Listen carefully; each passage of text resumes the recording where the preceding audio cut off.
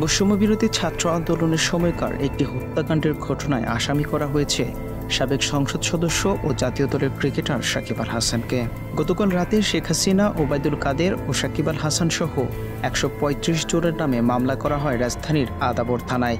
মামলায় হত্যার মদদ ও ইন্ধন দেওয়ার অভিযোগে ২৮ নম্বর আসামি করা হয়েছে সাকিবকে। গত ৫ই আগস্ট সকালে ঢাকাস্থ আদাবর থানার রিং রোডে সকালবেলা পুলিশের গুলিতে মারা যান মোহাম্মদ রুবেল নামের একজন গার্মেন্টস কর্মী।